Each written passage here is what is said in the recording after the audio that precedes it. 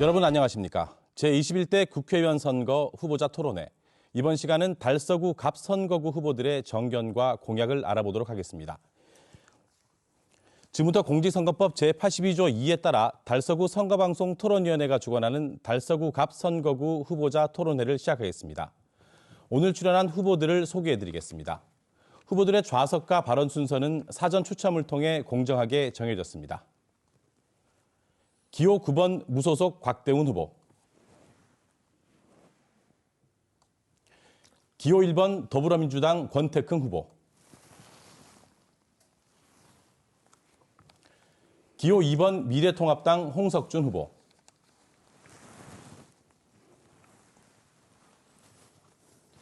기호 3번 민생당 김기목 후보,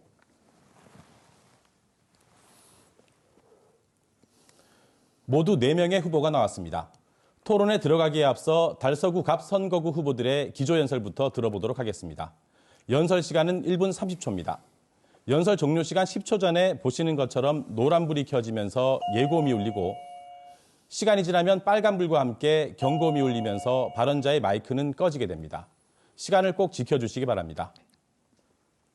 먼저 무소속 곽대훈 후보부터 시작하겠습니다. 시작하시죠. 네, 존경하는 대구 시민 여러분, 그리고 앞서가는 달서구민 여러분, 기호 9번 곽대훈 후보입니다. 코로나19와 사투를 벌이는 여러분께 희망과 행복한 사연을 드리지 못하고 홍석준 후보의 36억 원 공무원 부자 의혹부터 정확하게 밝혀달라는 분노부터 전해 올릴 수밖에 없어서 매우 안타깝습니다. 이번 총선에서 우리는 무능하고 부패한 문재인 정권을 심판해야 하며 또 한편으로는 침체된 파탄이 난 경제도 살려야 합니다. 그러나 이미 언론을 통해 밝혀진 대로 대구시 경제국정을 하다 이번 총선에 출마한 홍석준 후보의 재산 축적에 대한 의혹도 해소돼야 한다고 촉구하고 있습니다. 후보자 등록을 하자마자 언론에 터지기 시작한 홍 후보와 그 가족의 재산은 약 36억 원이고 이 중에 무려 88%가 32억 원이 현금성 예금인 것으로 드러났습니다. 이 충격적 의혹에 많은 시민들이 경악하고 있습니다. 신문 배달을 하며 공부해서 공무원이 된 대구시 경제국장이 이 엄청난 현금을 쌓아놓고 살아온 그 의혹의 실체를 오늘 이 자리에서 소상히 밝혀주기를 바랍니다. 이번에는 더불어민주당 권태긍 후보의 기조연설입니다. 존경하는 달서구 유권자 여러분, 반갑습니다. 힘있는 집권여당 후보 기호 1번 권태긍입니다. 요즘 코로나19로 얼마나 힘이 드십니까? 하지만 다 같이 조금만 더 힘을 내어 주십시오. 저 권태긍도 반드시 국회의원이 되어서 우리 대구와 성서의 경제를 회복시키는데 모든 걸 걸겠습니다. 사실 어제 TBC TV 토론 이후에 유권자분들의 전화를 많이 받았습니다. 정책 선거를 기대했었는데 정책 이야기는 권태긍 후보 혼자만 하고 민생이 무너지는 상황인데도 한 후보의 재산 증식 논란이 민생 정책 토론을 실종시켜버렸다라는 내용이었습니다. 지금까지 대구 정치를 독점해온 통합당의 공천 보험복에 이어 우여곡절 끝에 올라온 후보이지만 선거가 시작되자마자 재산 증식 논란이 불거지는 것은 자질과 청렴 문제가 검증되지 않았다는 것입니다. 아직도 대구 시민을 표나 죽는 거수교로 생각하는 미래통합당의 행태에 참담함을 느낍니다. 이게 대구의 정치 현주소이자 대구 고위 관료 집단의 보편적 인식입니다. 이제 바꾸어 주십시오. 권태긍이 반드시 희망을 만들겠습니다. 이번에는 미래통합당 홍석준 후보의 기조연설입니다. 존경하는 대구 시민 여러분, 사랑하는 우리 달서갑 주민 여러분, 안녕하십니까? 미래통합당 기호 2번 홍석준입니다. 정말 경기 침체와 코로나로 인해서 얼마나 고생을 하고 계십니까? 특히 얼마 전 코로나를 위해서 사퇴하시다가 고인되신 허영구 원장님을 진심으로 애도합니다. 지금도 현장에서 사퇴하고 계시는 우리 의료진들에게 진심으로 감사의 마음을 전합니다. 지금 정말 어렵습니다. 요식업이라든지 여행업 그리고 문화 관련된 분야에서는 90%의 매출이 줄었다고 이야기를 합니다.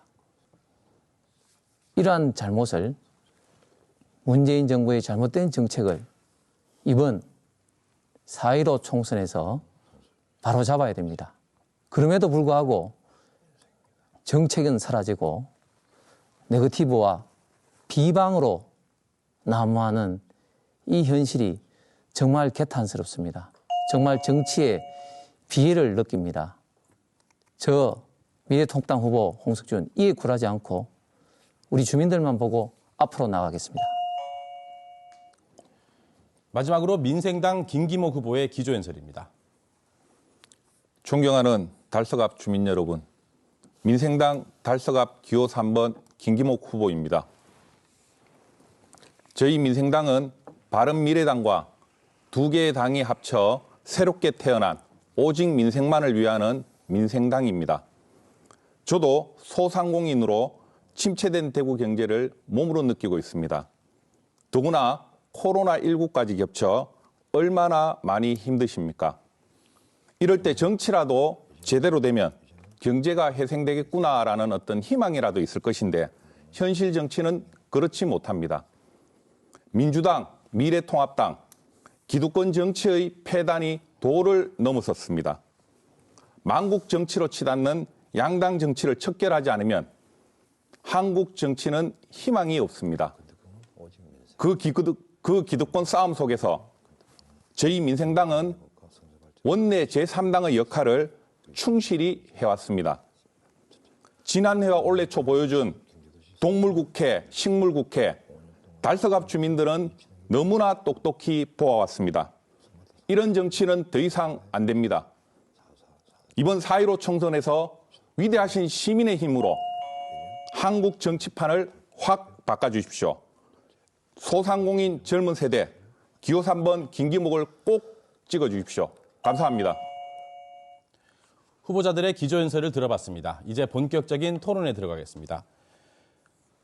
오늘 토론은 모든 후보에게 드리는 공통질문과 자신의 공약을 발표하고 상대 후보 공약에 대해 질문하는 공약토론, 그리고 각 후보가 직접 토론을 진행하는 주도권 토론으로 진행하겠습니다. 후보들께서는 실천 가능한 공약을 제시하는 매니페스토 운동의 취지에 맞게 답변과 실현 방안을 최대한 구체적으로 말씀해 주시기 바랍니다. 토론의 모든 질문은 공직선거법에 따라 달서구 선거방송 토론위원회에서 공정하게 엄선했습니다. 이번 순서는 각 후보가 자신의 공약을 발표하는 공약 발표 시간입니다. 먼저 더불어민주당 권태긍 후보의 공약부터 들어보겠습니다. 발언 시간은 2분입니다. 권태긍은 오직 민생입니다. 9월번 권태긍이 대구 경기 회복과 성서 발전을 반드시 해내겠습니다. 우리 성서지역 주민들의 삶의 질을 높여내겠습니다. 첫째, 좋은 일자리가 넘치는 경제도시 성서를 만들겠습니다. 5년 동안 1조 2천억이 투입되는 스마트 산단을 성수군단에 반드시 유치해서 4차 산업혁명 후에도 지속가능한 먹거리 경제를 확보하겠습니다. 둘째, 숨쉬기 좋은 성서를 만들겠습니다. 와룡산 쓰레기 냄새를 해결해서 숨쉬기 좋은 성서를 만들겠습니다. 와룡산과 에코센터, 달성습지를 연결하는 생태벨트 조성을 통해서 친환경 녹색도시 성서를 만들겠습니다. 셋째, 아이 키우기 좋은 보육 교육도시 성서를 만들겠습니다. 공공 산후조리원과 공공 어린이집을 확대하겠습니다. 죽전중학교 후적지에는 우리 청소년들을 위한 교육 문화시설과 청소년 진로센터 건립을 통해서 우리 아이들의 꿈을 키우겠습니다. 넷째, 마지막으로 교통이 편리한 성서를 통해 주민의 삶의 질을 높이겠습니다. 대구 산업선 북선화를 통해서 인구 이동의 편리함을 만들어내겠습니다. 계명대역을 교통 거점으로 만들겠습니다. 월배와 성소공단 간의 순환버스를 확충하겠습니다. 성소공단과 장기동 지하터널 조기 건립을 통해서 교통체증을 해소하겠습니다. 권태형의 약속은 무겁습니다. 권태형의 실천은 야무집니다. 권태형이 성서를 위해 무엇을 해야 할지 가장 잘 알고 있습니다. 주민들의 삶의 질을 높이는 선택, 권태형이 하겠습니다. 다음은 미래통합당 홍석준 후보의 공약을 듣겠습니다. 발언 시간은 2분입니다. 네, 저희 성서 지역은 전통적으로 성서 산업 단지의 배후 지역이라는 이미지가 강합니다. 그렇다 보니까 환경적인 문제, 교육, 문화적인 문제가 취약한 것이 사실입니다. 이러한 성서의 부정적인 이미지를 제가 싹 갈아엎기 위해서 저는 친환경 생태도시, 교육 문화도시, 디지털 메이커 시티라는 세 가지 정책 방향으로 공약을 만들고 우리 성서 지역을 바꾸고자 합니다. 먼저 국가 정원이나 다양한 환경적 사업을 하고자 합니다. 금호강 일대를 우리나라의 세 번째 순천만 태화강에 이은 세 번째 국가 정원화 사업을 통해서 생태 관광과 환경 보호 두 마리 토끼를 반드시 잡을 수 있도록 하겠습니다. 또한 성서 지역은 전통적으로 도서관과 관련된 문화시설이 부족한 것이 사실입니다. 그래서 성서 지역에 죽전중학교 혹은 다른 폐교지라든지 관련된 최대한의 유유지를 활용해서 교육, 도서관, 문화에 관련된 인프라를 확충하겠습니다. 가장 중요한 것은 성서공단 활성화입니다. 지금 현재 성서공단이 아날로그형 제조 단지에서 디지털 메이커 시티로 변화하기 위해서 관련된 규제 완화와 기업 유치 그리고 관련된 인프라 투자를 통해서 우리 성서 산단이 정말 우리 대구 지역의 제조 엔진의 역할을 회복할 수 있도록 제가 공약을 잡았습니다. 이 모든 것은 결국 해본 사람이 할 수가 있습니다. 검증된 경제 전문가 저 홍석준이 반드시 해내겠습니다. 감사합니다. 이번에는 민생당 김기모 후보의 공약을 듣겠습니다. 발언 시간은 2분입니다. 존경하는 달서갑 주민 여러분, 정부가 대구 지역에 특별 재난 지역으로 정해 지원하고 있습니다만 실질적으로 턱없이 모자랍니다. 오로지 민생만을 생각하는 민생당은 달서갑 주민 편익을 위해 5대 맞춤형 공약을 내놓았습니다.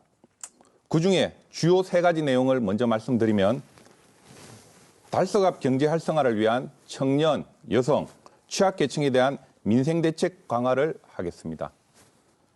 그리고 코로나19 최대 피해 지역인 대구에 신종 바이러스 감염 연구 집중 연구단지를 만들겠습니다. 또한 성서산업단지를 스마트 공단으로 변신해 미래 산업의 중심 도시화를 하겠습니다. 재원은 기확보된 국비와 기획재정부가 발행하는 지방채권, 그 밖에 사용 가능한 재원을 총동원하여 대구 경제와 민생을 보살피는 일에 최선을 다하겠습니다. 그리고 저는 착한 소비 운동을 시민들에게 호소합니다. 기업과 소비자들이 영세 자영업자, 소상공인들을 위해 식당 선불제, 재방문 등으로 영세 자영업자들에게 조금이나마 도움을 줄 수 있는 그러한 취지입니다. 또한 주민의 질 향상을 위해 갈산공원에 대해 민간인 특례 개발을 집중 지원해 공원을 시민의 품으로 돌려드리겠습니다. 공약은 후보 한 사람이 노력으로 지켜지지 않습니다. 중앙당과 긴밀히 협조해 당력을 모아 반드시 이루어내겠습니다. 오로지 민생을 위한 민생당의 집단지성으로 4.15 총선 공약을 꼭 실현시키겠습니다. 김기목이 해내겠습니다. 감사합니다. 마지막으로 무소속 곽대훈 후보의 공약을 듣겠습니다. 발언 시간은 2분입니다. 지금 사투를 벌이고 있는 코로나19도 머지않아 종식되고 우리 대구 정치론에서 승리할 것이라고 생각합니다.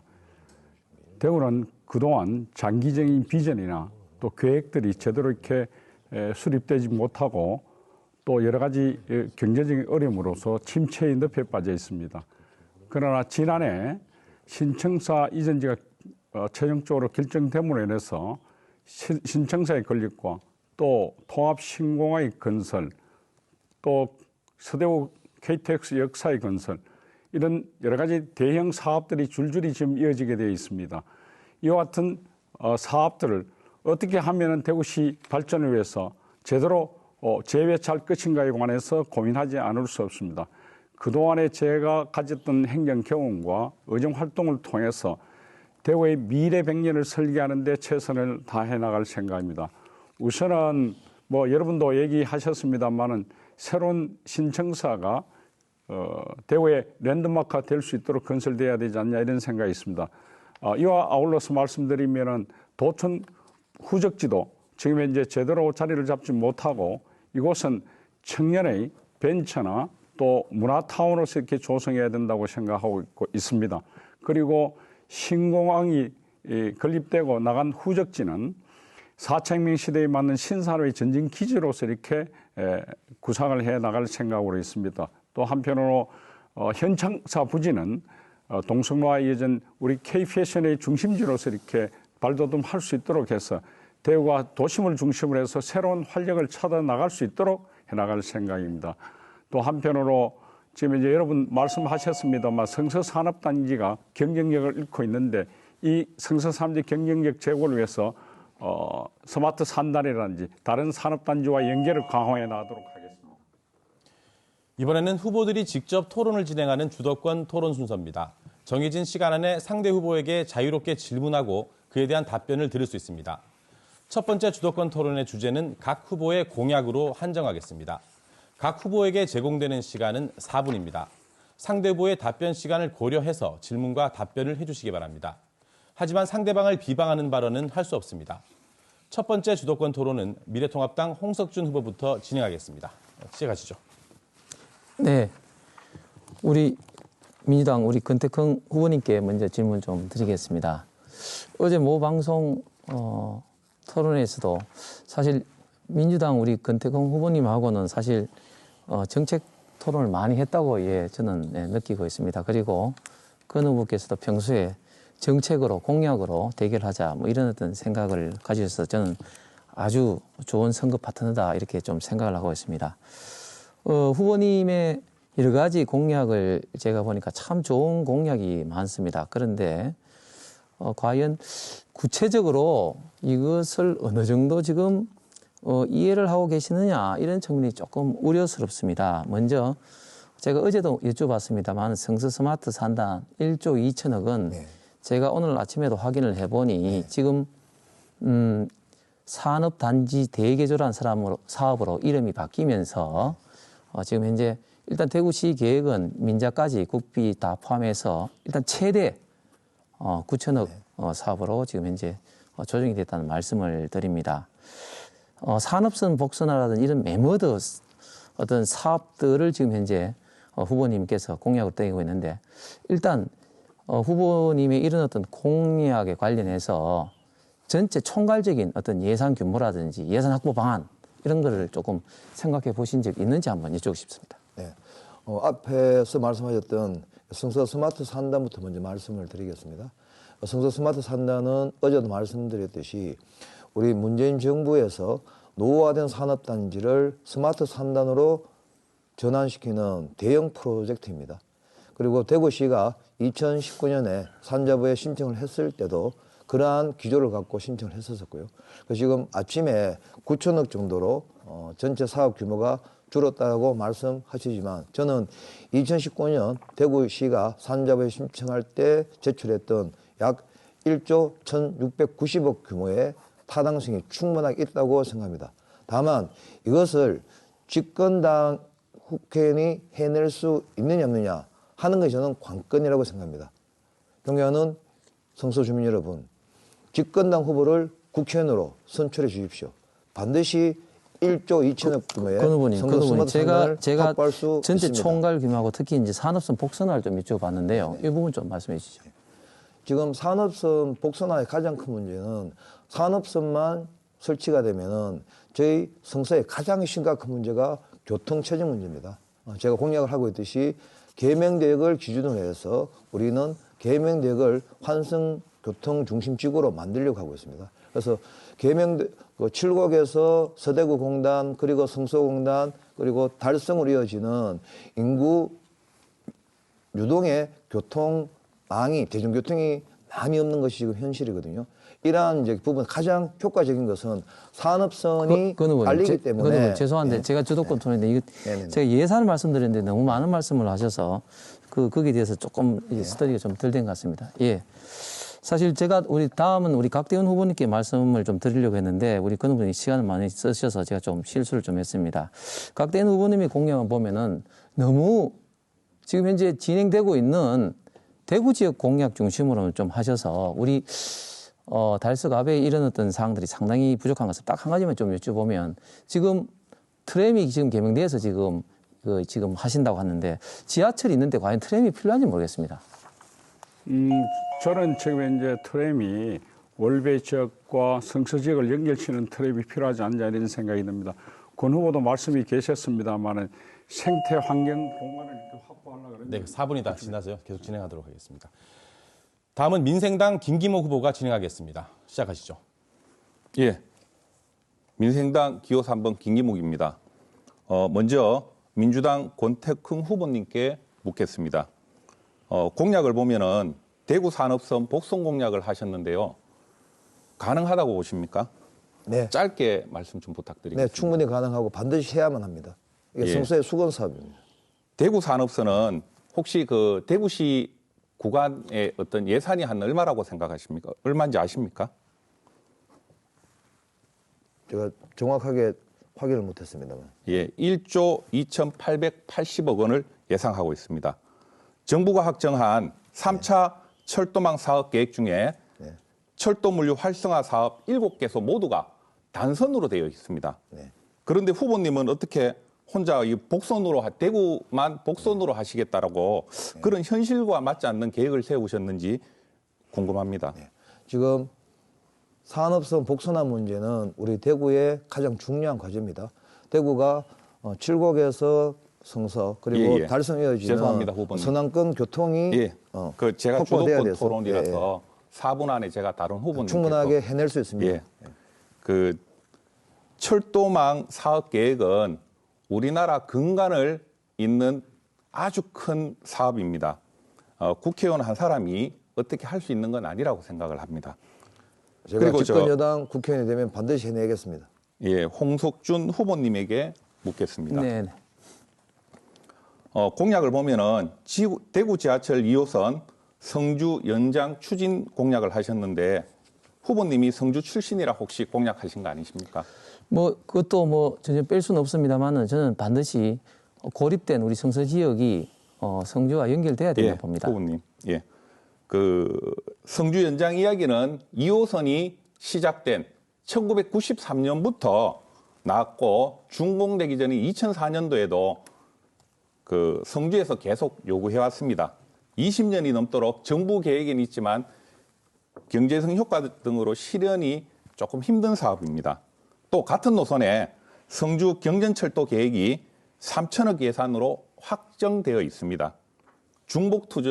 이게 중복 투자가 되는 거 아닌가요, 혹시? 좋은 지적이십니다. 그런데 저희가 반드시 해야 되는 이유는 사실 대구 경북의 자존심 문제이기도 합니다. 잘 아시는 것처럼 지난 2016년도에 사드 배치 때문에 이게 알겠습니다. 좀 대체로 반드시 하셔야 되는 사업이라고 말씀을 하시는데 이게 달서갑 지역 후보가 내는 공약인지 아니면은 성주 지역의 후보가 내는 공약인지 제가 잘 이해가 안 갑니다.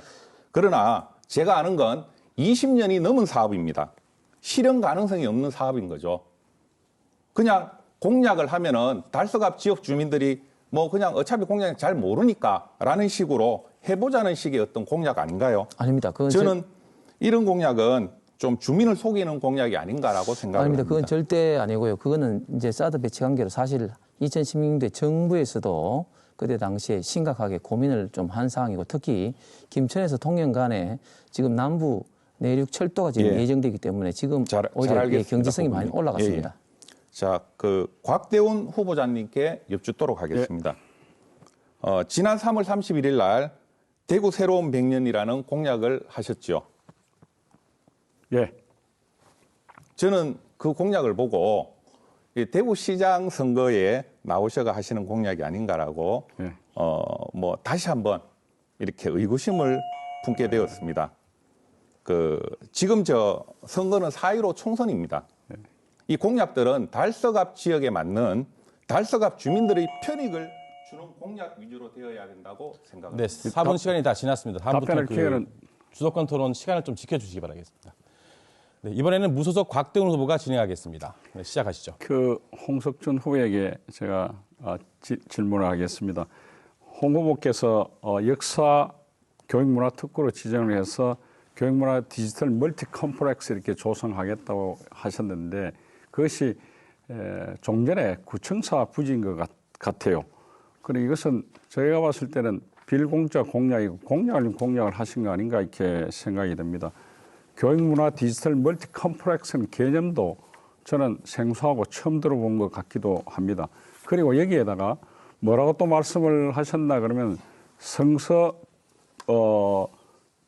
구가 생기면은 분구의 청사로서 사용하고 나머지 이제 공간들은 멀티 컴플렉스를 하겠다는데 분구가 실현이 가능하다고 지금 생각해서 지금 이제 그렇게 공약을 하신 건지 우선은 그 답변을 짤막하게 한번 해주시죠.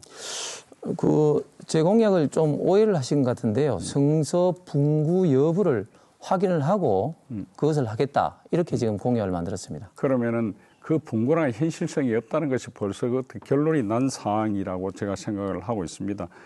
그리고 지금 이제 중랑구 예를 들어 가지고 이와 같이 이제 역사 교육 문화 특구를 하겠다고 했는데 중랑구의 한 규모가 한 300평 정도밖에 되지 않았습니다. 지금 이제 분구청사는 아시다시피 한 7,000여 평인데 그것이 충족을 시켜 나가려고 하면 굉장히 어려움이 많다는 생각이 들고 저는 오히려 권하고 싶은 것이 새로운 신청사가 들었을 때에 그곳에 교육문화 컴플렉스를 이렇게 하는 것이 좋지 않냐 이런 생각이 듭니다. 어제 토론에서 제가 말씀드렸습니다만은 분구청사 부지는 지금 현재 제가 법률안도 내고 있습니다만은 제2차 공공기관 이전이 추진이 될 때에 그곳에다가 중소기업은행 본점을 유치하는 것이 좋지 않겠냐 이런 생각이 들어서 어제도 제가 말씀드렸고 또 이제 공약으로 한 바가 있습니다. 성서 지역에 가장 필요한 것이 이와 같은 공공기관이 성서시 활성화뿐만 아니고 또 성서공단을 좀 지원해주는 그런 기관들이 들어오면은 지역 경제도 활성화시켜나가는데 큰 도움이 될 것이고 지금 이제 성서 지역이 아파트가 들어서고 조성이 되지 한 30년 가까워서 여러 가지 국민들의 복지 시설이라든지 또 학교 시설이라든지 굉장히 노후화되어 있고 주민들의 불편을 많이 겪고 있는데 이런 문제도 해소해 나가는데 성서 분구청사 부지가 중소기업원의 본점이 들어서면은 그런 문제도 촉발시켜 나가지 않을까 이런 생각이 듭니다. 그래서 오히려 제가 권하고 싶은 것은 홍 후보와 제가 힘을 합쳐서 중소기업원의 본점을 분구청사 부지에 유치하는 것이 오히려 낫다. 또 한편으로는 지금 현재 추진하고자 하는 것은 신청사가 건립될 경우에 그것을 대구의 랜드마크로 정말 세계적인 도시로 발전하는데 큰 역할을 할 수 있는 곳을 하려고 그러면 이러한 기능들을 모으는 것이 오히려 좋지 않겠나 이런 생각이 듭니다. 그 문제와 또 마지막으로 제가 질문을 드리고 싶은 것은 정말 그러면은 교육문화 디지털 멀티 컴플렉스가 어떤 규모로 어떤 기능들을 집어넣고자 해서 이렇게 공약을 하셨는지 설명을 해 주시고 좀 전에 저보고 잠깐 오해하셨다는데 그런 문제에 소상히 설명을 하면은 제가 이해가 될 뿐만 아니고 이 토론을 보시는 유권자들도 홍 후보에 대해서 제대로 판단하지 않겠냐 이런 생각이 듭니다. 짧지만 답변 한번 주시기 바랍니다. 시간이 짧아서 될지 모르겠습니다. 성서 분구 예정지는 굉장히 성서 지역의 귀중한 땅입니다. 그 귀중한 땅을 어떻게 할 것인지 이제 우리가 고민을 좀 해야 됩니다. 우리 각 후보님이 삼선할 그 청장이라든지 또 할 때 아무것도 못했으면 저는 이 지역을 우리 성서 지역의 교육 문화 지역으로 해야 된다. 마지막은 더불어민주당 권태흠 후보가 진행하겠습니다. 네. 시작하시죠. 홍석준 후보님께 말씀을 드리겠습니다. 홍 후보님 공모를 꼼꼼히 좀 읽어봤습니다. 환경에 대한 관심을 주셔가지고 참 반가웠고요. 다만 이제 홍 후보님 정책 기조와 공약이 너무 좀 상반되는 게 있어서 몇 가지 좀 질문을 드리고자 합니다. 후보님 네. 와룡산에 네. 루지 설치하시겠다고 공약하셨잖아요. 그게 어디쯤에 설치되는 겁니까? 그 위치는 사실은 이제 저희가 이제 그 아직 안 정하신 겁니까? 금호강 일대를 이제 국가 정원으로 하면서 그 안에 어떤 아이템 중에 지금 생각을 좀 하고 있습니다. 이게 이제 루지단 말이에요. 이게 통영에 있는 루지입니다. 이게 산을 깎아서 루지 그 도로를 만들어내야 됩니다. 이 와룡산에 루지를 설치하게 되면은 당연하게 와룡산이 훼손되고 산림들도 훼손이 되겠죠. 근데 저는 정말 속이 상했던 게 아니 생태 도시를 만들겠다고 하시면서 산을 깎아서 산에 시멘트, 아스팔트 도로를 만들어서 루지를 설치하겠다. 코미디도 이런 좀 블랙 코미디가 없지 않냐 이런 생각이 좀 들었습니다. 특히나 와룡산은요 우리 달서구 주민들에게는 삶의 활력소자 허파 같은 곳입니다. 우리 아이들에게 물려줘야 될 미래거든요. 이 와룡산은 남 한 그루조차 훼손할 수가 없는 우리의 소중한 산입니다. 저는 정말 이 공약만은 지금 당장이라도 철회해 주실 것을 좀 축구를 드립니다. 그리고 하나 더 좀 말씀을 드리고 싶은 게 조금 전에 이제 그 금호강 이야기는 스카이 큐브 설치를 이야기하시는 것 같아요. 이게 이제 스카이 큐브가 있는 거 맞습니까? 뭐 아니요. 그거는 아닙니다. 어떤 걸 말씀하시는 거예요? 예, 그 스카이 큐브는 아니고 또 루지하고도 약간은 좀 연계될 수가 있습니다. 네. 네. 그 주민 여러분, 이게 이제 소위 우리가 스카이 큐브라고 하면은 이런 형태를 스카이 큐브라고 합니다. 이게 한국에서 가장 대표적인 스카이 큐브는 순천만에 있는 스카이 큐브입니다. 근데 문제는요, 이 순천만은 1년에 600만 명의 관광객이 오는 명소입니다. 그럼에도 불구하고 이 순천만의 스카이 큐브는 적자가 엄청납니다. 홍 후보님 혹시 순천만 스카이 큐브 적자가 얼마인지 알고 계십니까? 잘 모르겠습니다. 네. 지난해 그 2월 기준으로 해서 1,367억 원이 적자입니다. 근데 이게 애물단지가 된 거예요. 그래서 이 스카이 큐브를 철거하려고 하니까 철거 비용만 2천억이 넘습니다. 저는 이 환경 공약 중에 우리 홍 후보님께서 우리 성서를 생태 도시로 만들겠다는 그 말씀이 너무나 반가웠는데 그 안에 구체적인 공약들을 살펴보다 보니까 생태 도시를 만들겠다고 하시는 정책 방향과 공약들이 완전히 정반대되는 공약들이 너무 많은 거예요.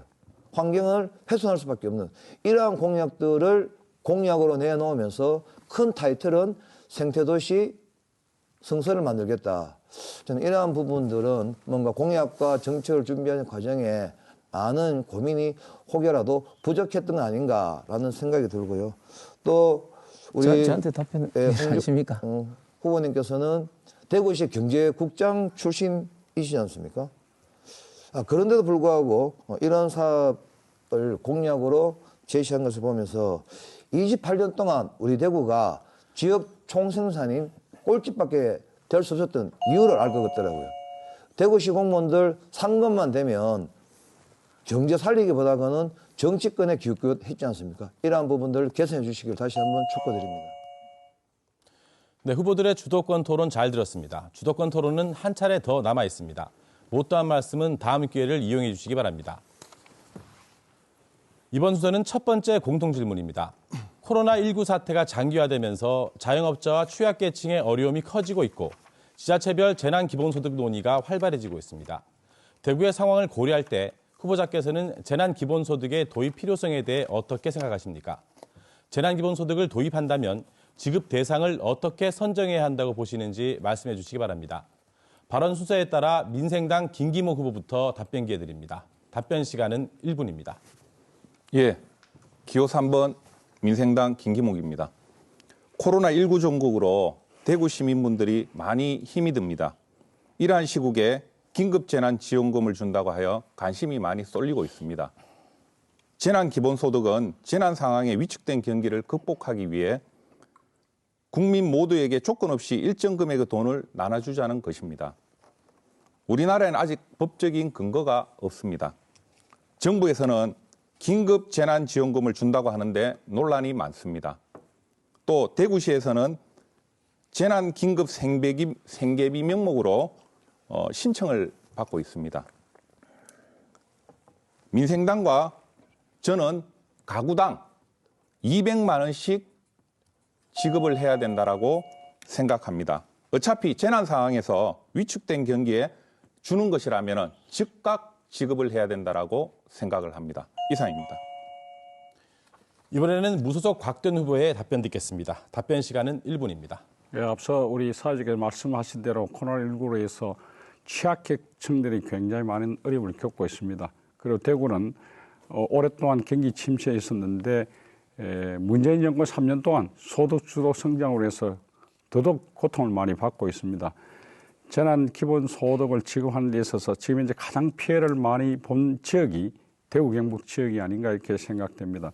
그래서 우선은 대구 경북 지역에는 전 가구에 저는 지급해야 된다고 이렇게 생각하고 있습니다. 그 재원은 정부가 지금 지원을 해줘야 되지 재정이 취약한 대구시나 경북도가 그것을 지금 이제 부담하기는 굉장히 어려움이 많이 있다고 생각합니다. 그리고 정부가 지금 이제 지급 기준으로 설정한 직장인은 작년 소득 또 지역가입자는 재작년 소득으로 하는데 이러다 보면 굉장히 불균형, 일시적인 소득 역전 현상이 있으니까 이것도 막을 수 있는 방안들을 마련해야 된다고 생각합니다.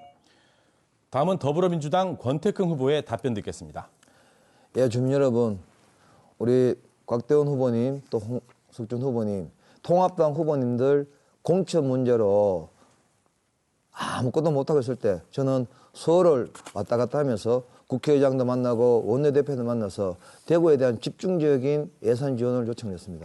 그리고 그러한 활동을 하는 과정에 이미 저는 벌써 재난기본소득을 전 국민에게 일괄적으로 지급을 해야 된다라는 주장을 했었습니다. 지난 4월 6일 더불어민주당도 이것을 추진하기로 선언을 했고요. 또 4월 5일에는 통합당 황교안 대표도 동의를 했습니다. 다만 우리 옆에 계신 홍석준 후보님은 어제 TBC 토론에서도 개인적으로 반대 입장을 명확히 밝혔습니다. 이것이 저는 우리나라 관료들의 특히 기재부 관료들의 뿌리 깊은 생각이라고 생각합니다. 저는 즉각적인 재난 기본소득이 전 국민들한테 지급될 수 있도록 하겠습니다. 마지막으로 미래통합당 홍석준 후보의 답변 듣겠습니다. 네, 우리 권태긍 후보께서 반대를 말씀하셨는데 저는 어제 민주당의 소득 하위 70% 아니라 미래통합당의 전 국민 50만 원이 상대적인 어떤 갈등을 줄이기 위해서 그나마 차선책이다 이렇게 말씀을 분명히 좀 드렸습니다. 재난 기본소득은 크게 두 가지입니다. 하나는 일시적인 수요를 창출하기 위해서고 그리고 또 생계자금 지원 목적입니다. 이제 문제는 재원입니다. 지금 1인당 50만 원씩 지급했을 때 기재부 장관의 추계에 의하면 25조 이상이 든다고 합니다. 그런데 문제는 재난기본소득과는 별개로 애초 이 문제는 대구 경북 지역이 코로나로 인해서 특별재난지역 선포를 통해서 지원금, 특별재난지역에 대한 지원금을 해야 된다고 했는데 이 부분은 상대적으로 거의 없고 재난기본소득으로 변질되면서 우리 대구 경북 지역 소상공인들에게 사실 큰 혜택이 없다는 게 지금 현재 가장 문제입니다. 네, 잘 들었습니다. 두 번째 공통 질문 드리겠습니다. 오랜 지역 현안이었던 대구시 신청사 입지가 수기 민주주의 방식을 통해 달서구 옛 두류정 수장부지로 결정됐습니다. 대구시 신청사를 시 전체의 공동 발전을 이루는 중심지로 만들기 위해 어떻게 지원할 계획이신지 말씀해 주시기 바랍니다. 발언 순서에 따라 무소속 곽대원 후보에게 답변 기회 드립니다. 답변 시간은 1분입니다. 신청사를 정수장 후적지로 지금 건립이 결정됐는데 신청사 두류정사 유치 문제는 제가 2010년도 구청장 할 때부터 추진했던 그런 사업이었습니다. 다행스럽게도 지난해 그것으로 결정이 돼서 달서구 발전뿐만 아니고 대구의 새로운 변화의 모멘트가 되지 않을까 이런 생각이 듭니다. 일본의 동경에 그 지금 이제 노후된 그 도심을 개발한 방식을 보면은 민간의 사업자를 중심으로 해서 개발을 하지만은 동경도 또 일본 정부에서 용적률 검표율을 이렇게 확대시켜 나가는 규제 완화를 통해서 그와 같은 도심을 개발한 사례들이 있고 굉장히 성공적이었다고 지금 현재 평가를 받고 있습니다. 그래서 그 사례를 중심으로 해서 저희들 민간의 적극적인 지원을 통해서 규제 완화를 통해서 개발해 나가겠다는 말씀을 드립니다. 이번에는 더불어민주당 권태긍 후보께 답변 기회 드립니다. 대구시 신청사 달서구 이전은 대구 균형발전의 출발점으로서 대구 시민 모두가 함께 이용할 수 있는 복합 행정, 문화, 저지 공간이 되어야 합니다. 신청사가 대구 시민의 공간이 되기 위해서는 건설 과정에 대구 시민들의 참여를 보장하고 시민들 입장이 어떠한 복합 기능이 필요한지 공론화위원회 같은 담대한 상상력과 혁신적인 마인드가 필요하다고 저는 생각합니다. 특히 서울의 시민청처럼 신청사도 관청의 기능보다는 시민들을 위한 공간이 되어야 합니다. 새로운 신청사가 서대구의 엑스코, 서대구의 미술관, 서대구의 오페라 하우스가 되도록 해야 된다는 것이 저희 주론입니다. 특히 우리 대구 시청의 달서구 부지 확정을 통해서 이러한 것들을 서구권 발전의 기본 토대로 만들어 가도록 하겠습니다. 다음은 미래통합당 홍석준 후보께 답변 기회 드립니다. 네, 대구시 신청사가 우여곡절 끝에 두리정수장 부지로 확정이 되었습니다. 정말 이것을 위해서 수고하신 달서구청장을 비롯한 많은 분들에게 감사를 드립니다. 사실 여기에 유치될 때는 말이 많았는데 유치될 때 노력하지 않은 분들도 이게 내가 했다 이런 어떤 일들을 좀 보고 있습니다. 대구시 신청사가 좀 우려스러운 것은 지금 코로나로 인한 적립금이 많이 삭감이 돼서 건립 시기가 좀 늦어질 수 있습니다.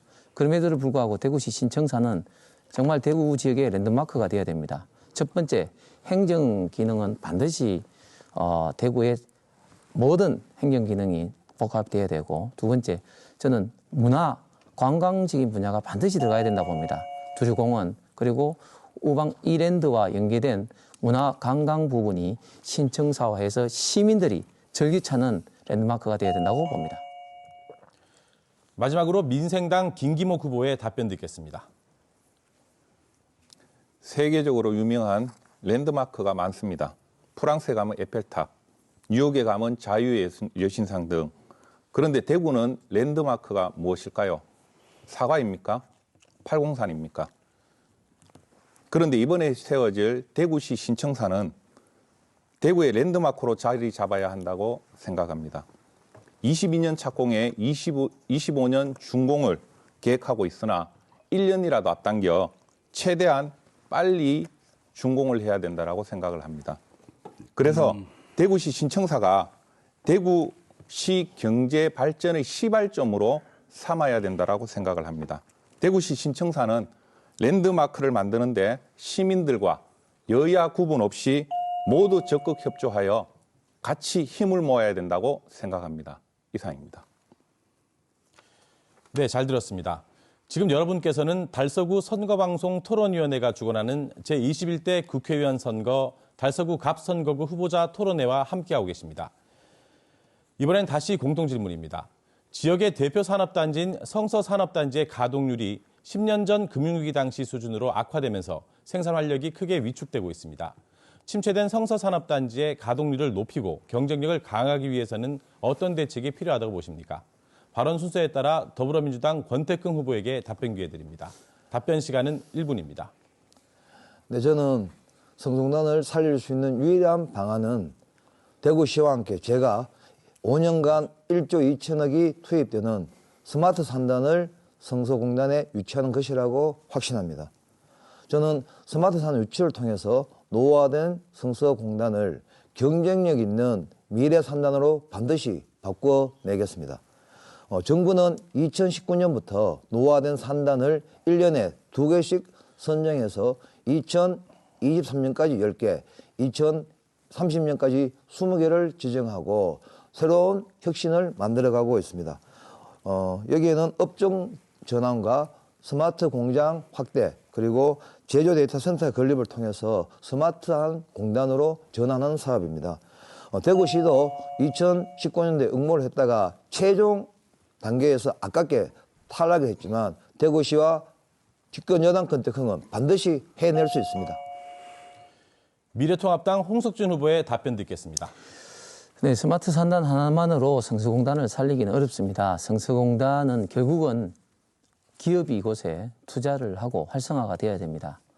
이를 위해서 결국은 새로운 투자가 가능한 업종들을 유치할 수 있도록 다양한 규제 완화가 필요합니다. 문화적인 분야, 온라인 쇼핑몰 분야, 그리고 소프트웨어 분야 등 다양한 분야가 들어올 수 있도록 규제 완화가 전제되어야 됩니다. 또한 이러한 어떤 업종이 많이 찾아올 수 있도록 인프라가 구축이 되어야 됩니다. 특별히 제가 공유했습니다만 AI를 비롯한 4차 산업혁명 시대에 대비한 다양한 인프라 투자가 국책 사업으로 연계가 되어야 됩니다. 마지막으로 인력 양성입니다. 다행히 계명대학교가 근처에 있어서 산학 협력을 통한 인력 공급이 원활하게 이루어질 때 우리 성서공단의 회생의 기미가 보일 겁니다. 이 모든 것들은 결국은 정확하게 해낼 수 있는 사람만 할 수 있습니다. 다음은 민생당 김기모 후보의 답변 듣겠습니다.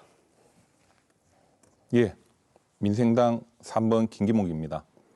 우리 달서구를 생각하면은 제일 먼저 떠오르는 게 성서공단입니다. 그런데 성서공단이 20년을 거치면서 상당히 노후화되어 있습니다. 지금 성서공단에 입주해 있는 기업이 2,900여 개 정도 됩니다. 그런데 작년 2019년 4분기 가동률을 보면은 한 67%에 그쳤습니다.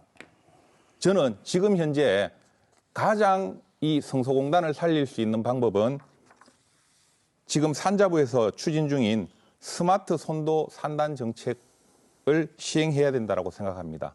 22년까지 10개 지구로 확대 예정인데 작년에 대구시가 지원했다가 떨어졌습니다. 그런데 왜 스마트 산단을 해야 되냐 그러면은 정부 지원금뿐만 아니고 각종 규제가 풀립니다. 그래서 스마트 산단은 꼭 해야 된다고 생각합니다. 마지막으로 무소속 곽도현 후보께 답변 기회 드립니다.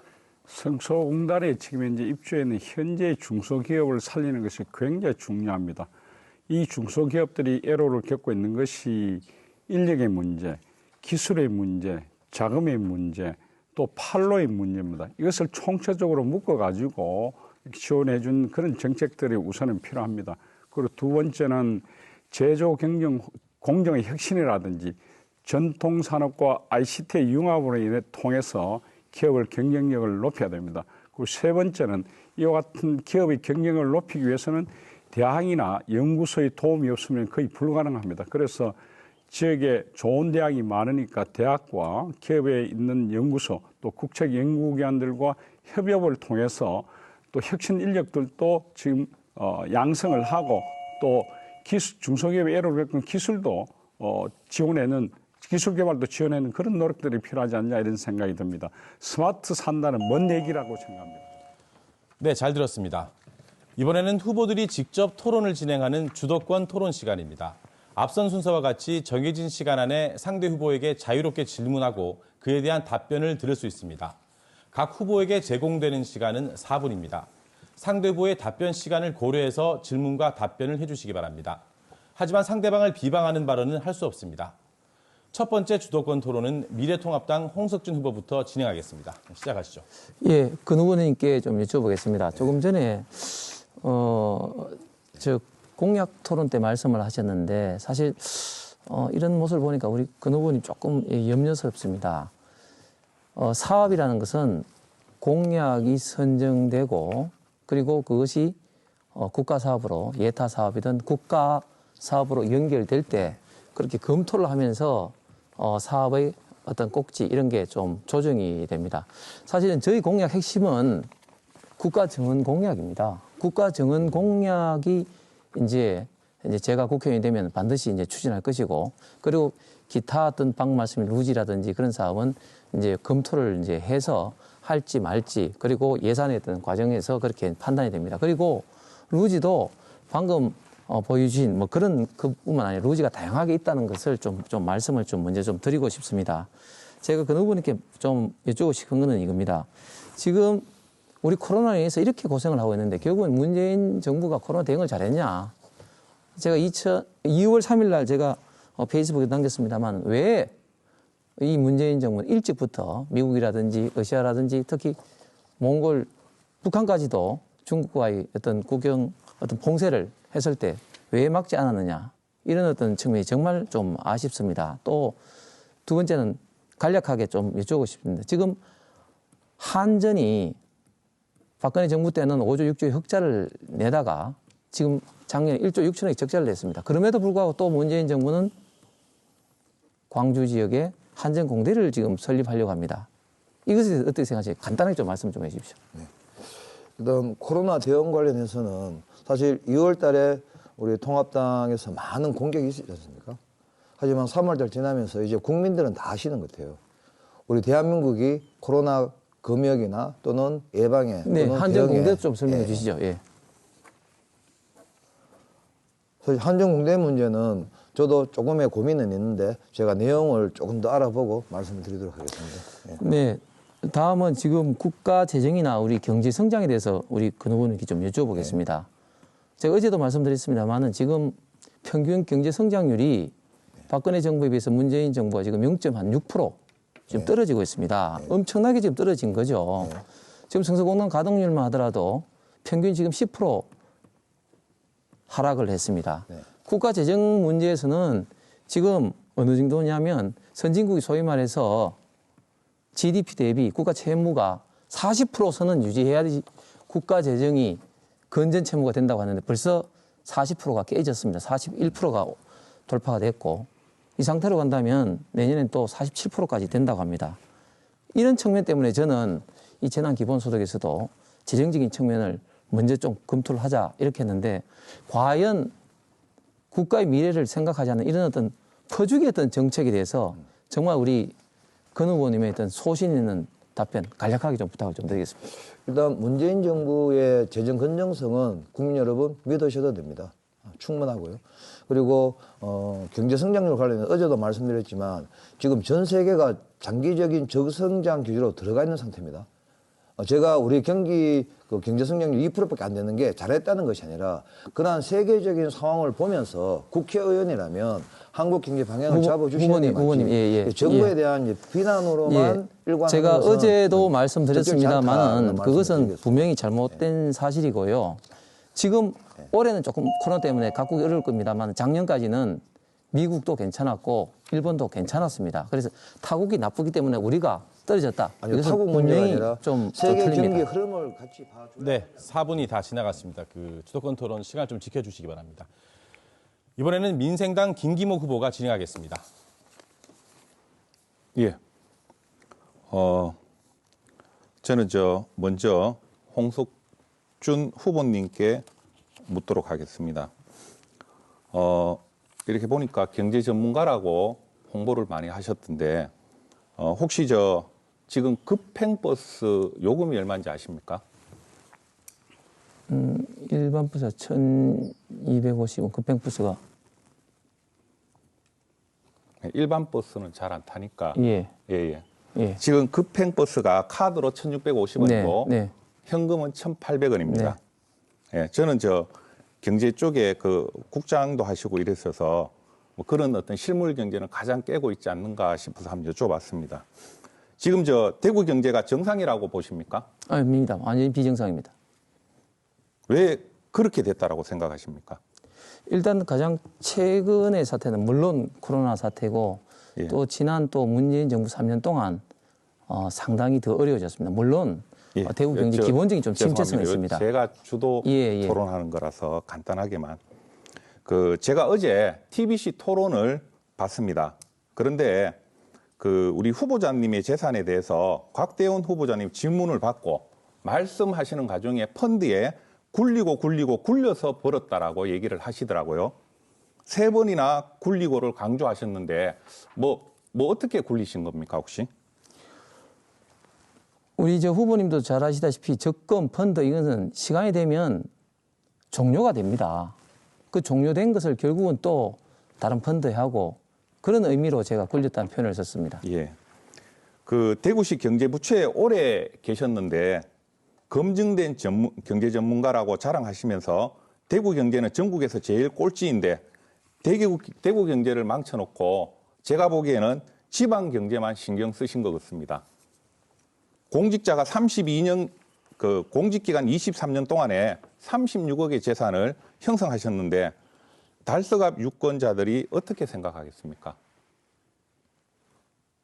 답변 드릴까요? 예. 예, 먼저 제가 경제부서에 있으면서 사실 해마다 국비를 3, 4천억 따고 여러 가지 일을 했습니다만은 그럼에도 대구 경제 이렇게 어려워진 것 정말 대단히 송구스럽게 생각합니다. 그럼에도 불구하고 제가 주어진 범위 내에서는 최선을 다했다는 좀 말씀을 드리고 이제는 좀 시스템적으로 일을 해야만 하기 위해서 이 자리에 섰다 이렇게 말씀드리겠습니다. 제가 알기로는 홍 후보자님께서 임용된 1996년 공무원 봉급표를 보면은 5급 공무원 4호봉이 74만 원입니다. 퇴직한 2019년 2급 20호봉 기준으로 봉급이 595만 원입니다. 공무원 전체 경력 평균 공급을 치면은 304만 원인데 이 300만 원을 한 푼도 쓰지 않고 23년간 모으면 8억 3천만 원입니다. 그리고 부부 두 사람이 같은 조건은 아니겠지만 그렇다 치고 인정해줘도 최대 16억 정도밖에 안 됩니다. 어느 누가 우리 후보자님의 재산 형성에 의문을 품지 않겠습니까? 대구시 직원이 혹시 이해할 수 있겠습니까? 후보자님께서 TBC 토론 답변에서 펀드를 굴려서 돈을 벌었다고 하시면서 얼머무리셨는데 제가 보기에는 지금 가장 유력한 후보시지 않습니까? 이 부분은 반드시 후보님이 밝혀주셔야 된다고 생각합니다. 이상입니다.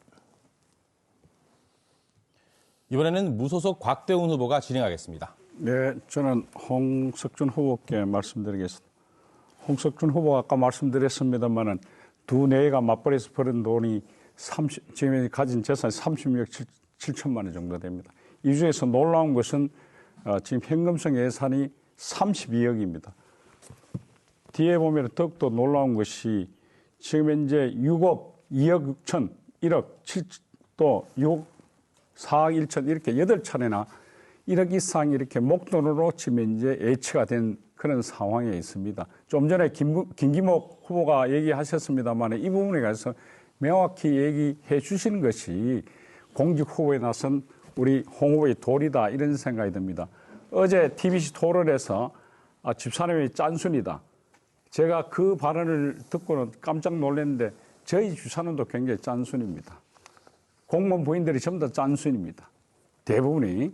그런데 어떻게 굴려서 또 펀드를 굴렸다는데 지금 현재 홍 후보께서 경제국장 하셔서 아시겠습니다만 성송단의 그 근로자 평균 임금이 얼마인지 아십니까? 월? 제가 말씀드리면 220만 원입니다. 지금 현재 32억 현금을 모으려고 그러면은 이분들이 119년을 모아야 됩니다. 119년을. 그런데 이 부분에 관해서 전혀 지금 현재 해명을 하지 않으시고 소상히 밝히지 않은 데 대해서 유감을 표명하고 그 부분에 관해서 말씀을 해 주시기 바랍니다. 그리고 CIS 주식 논란은 간단합니다. 다른 게 아니고 홍 후보가 영향력을 미칠 수 있는 위치에 있었을 때 그 상장된 주식을 샀다는 것이죠. 그렇기 때문에 그것은 만일 내부 정보를 취득하고 샀다면 자본시장법 위반이 된다는 얘기죠.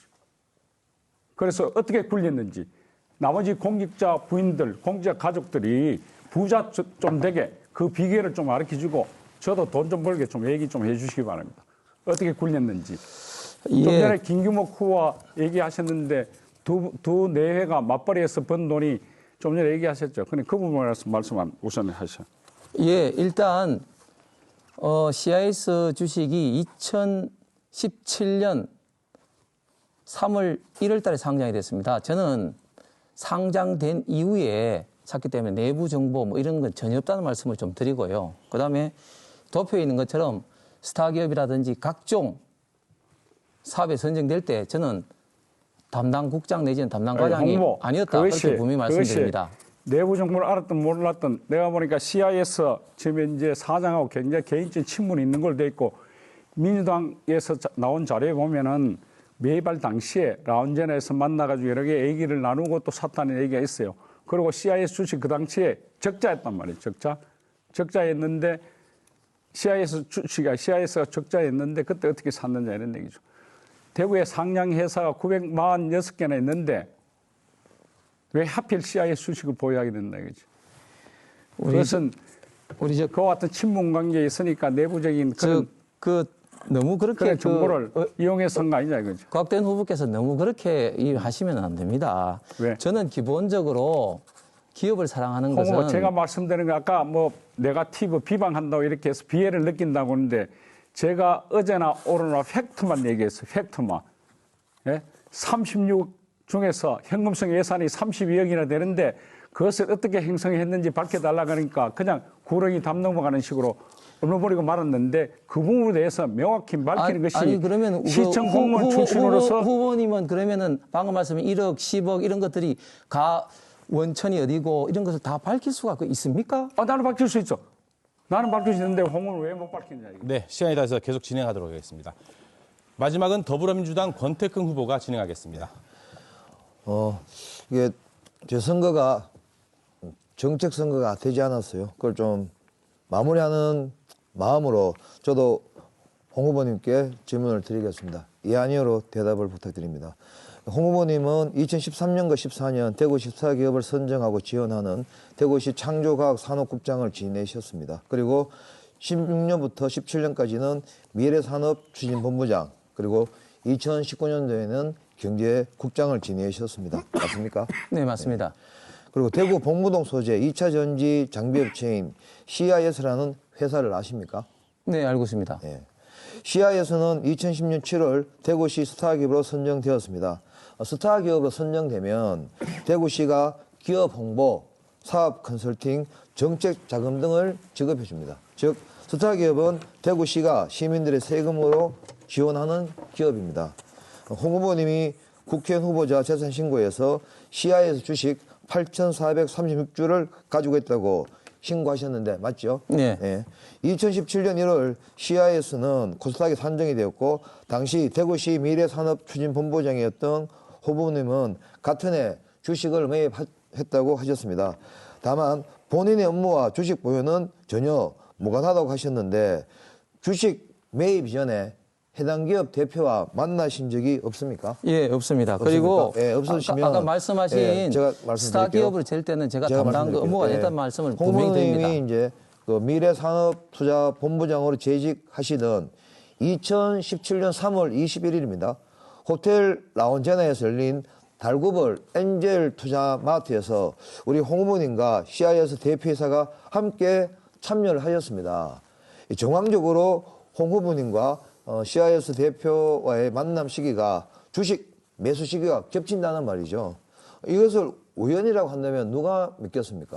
또 한 번도 만난 적이 없다고 조금 전에도 말씀하셨는데 그 만남이 안 될 수가 없는 상황이 있는데도 안 만났다고 하시니까 자꾸 우리 대구 시민들이 의혹을 갖는 것이죠. 제가 말씀드린 것은 공식적인 석상이 아닙니다. 3월에 해당 종목 주가가 1,800원이었고 4월 8일 오늘 현재입니다. 오늘 3,440원입니다.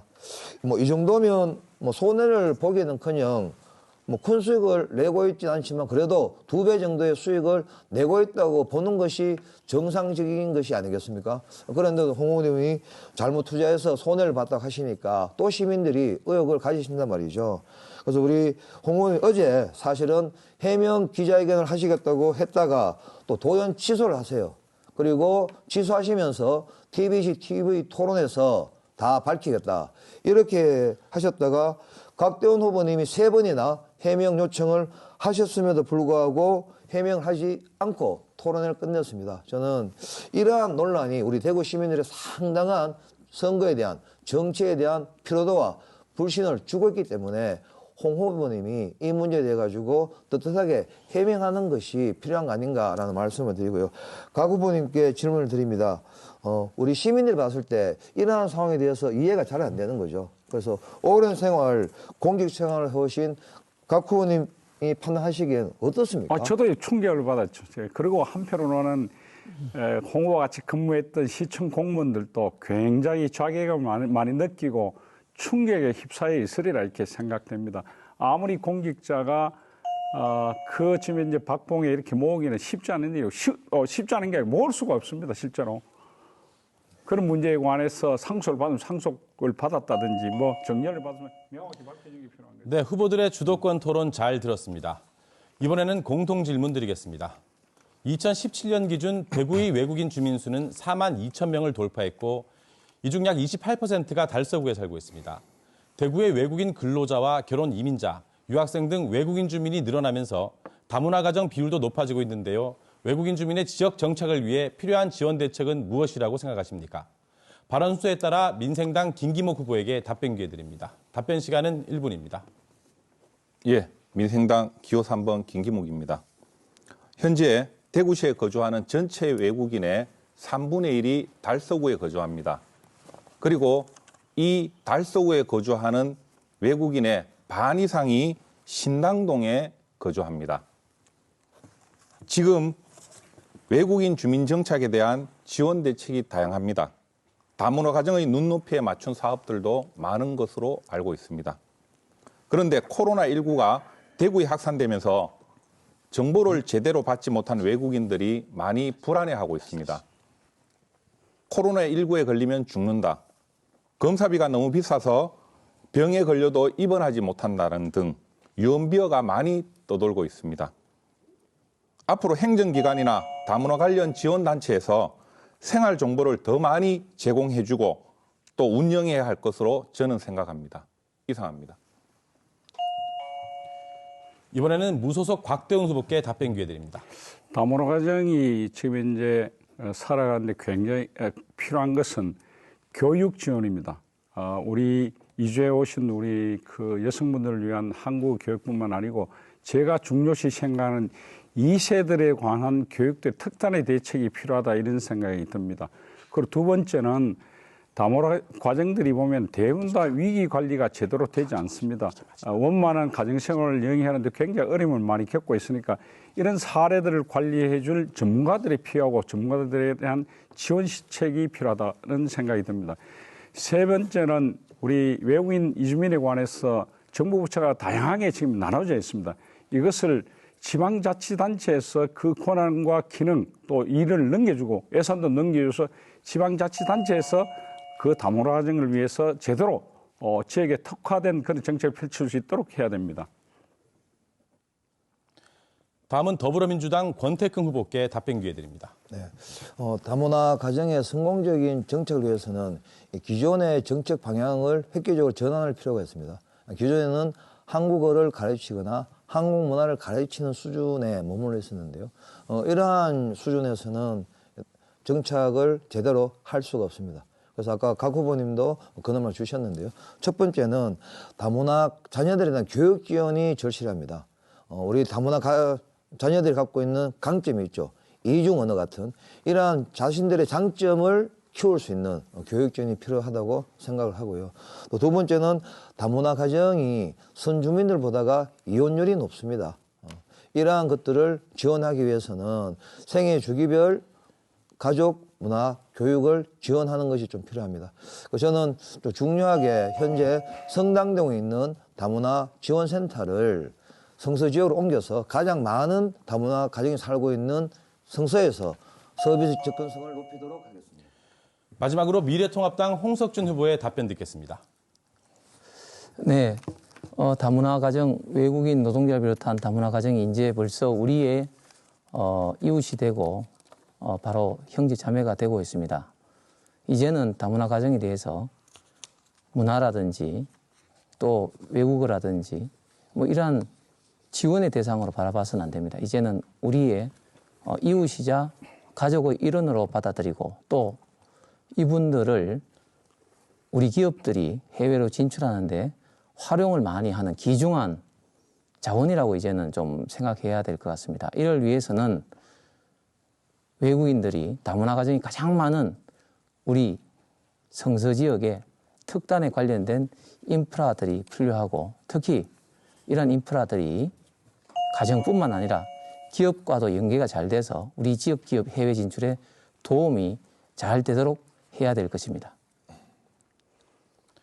네, 성실히 답변해 주셔서 감사합니다. 마지막으로 후보자들의 마무리 연설을 듣겠습니다. 연설 시간은 1분입니다. 기조연설의 역순으로 진행하겠습니다. 민생당 김기목 후보부터 연설하겠습니다. 존경하는 달석 앞 주민 여러분, 오로지 민생 기호 3번 김기목입니다. 집권 여당은 너무 무능하고 제1야당은 마찬가지입니다. 대구 경제가 침체되고 코로나19 시국에 시민 생활이 많이 아린데 혼자서 가정 경제는 굴리고 또 굴렸습니다. 국회의원 후보자는 청렴해야 도덕적인 흠이 없어야 합니다. 그래야 자랑스러운 달석압을 대표할 수 있습니다. 인생의 반은 나를 위해서 살고 나머지 반은 남을 위해서 살라는 말이 있습니다. 다가오는 총선에서 변화된 달석압을 모습을 보여주십시오. 오로지 민생당이 여러분 곁에 있겠습니다. 기호 3번 김기목을 꼭 뽑아주십시오. 감사합니다. 다음은 미래통합당 홍석준 후보의 마무리 연설을 듣겠습니다. 예, 존경하는 대구 시민 여러분, 사랑하는 달석 국민 여러분, 정말 어려운데 다양한 정책과 공약으로 우리 달서구를 성서 지역을 어떻게 변화시킬 것인가 토론하는 이런 자리에서 흑색 성전과 비방이 난무해서 참으로 안타깝습니다. 사실 주식 부분은 충분히 해명이 되었고 또 더 해명하려고 자료도 충분히 가져왔음에도 불구하고 시간이 없었습니다. 공직자로서 정말 부끄럽지 않게 살아왔고 열심히 살아왔습니다. 공직자 재산 등록을 통해서 15차례나 감사원에 감사를 받았지만 아무런 징계도 받지 않았는데 단순하게 돈이 좀 있다고 그것을 부정적으로 바라보는 이러한 시각이 정말 안타깝습니다. 저는 국회의원이 된다면 정말 더 봉사하고 더 많이 기부하고 다른 사람을 위해서 더 열심히 살겠습니다. 감사합니다. 다음은 더불어민주당 번태근 후보의 마무리 연설을 듣겠습니다. 저는 코로나19보다가 더 무서운 것이 경기 침체입니다. 침체된 대구 경기를 빠르게 회복시키기 위해서는 중앙정부의 예산이 필요합니다. 그 예산 누가 확보할 수 있습니까? 통합당 국회의원입니까? 야당 국회의원으로는 어렵다는 것을 아시지 않습니까? 그것도 이름도 잘 모르는 초선 의원입니다. 정권 심판만 외치는 무소속 의원으로도 어렵다는 것을 다들 아시지 않습니까? 오로지 힘있는 집권 여당 후보 기호 1번 권태형이 해낼 수 있습니다. 여러분의 손으로 드라마 같은 기적을 만들어 주십시오. 권태형을 찍으면 권태형이 됩니다. 이제 우리 대구도 과거와 우리가 남이가가 아니라 새로운 미래를 향해서 달려가 봤으면 좋겠습니다. 적극적인 지지를 호소드립니다. 고맙습니다. 마지막으로 무소속 곽대원 후보의 마무리 연설을 듣겠습니다. 존경하는 시청자 여러분, 오늘도 참담한 심정으로 이 토론을 지켜보셨으리 이렇게 생각됩니다.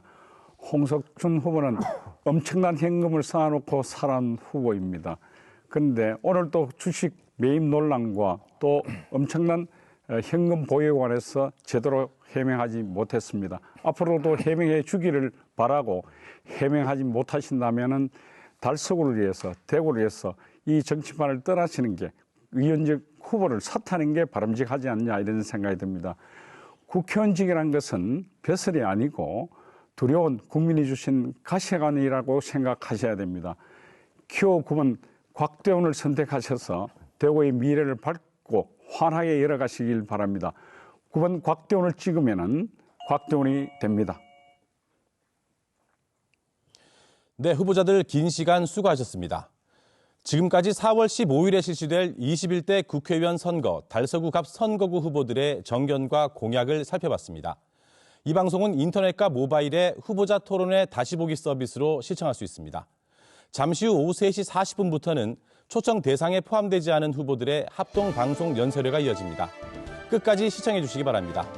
오늘 자리해주신 후보자들과 시청해주신 여러분 감사합니다. 잠시 후 후보자 합동 방송 연설회에서 뵙겠습니다.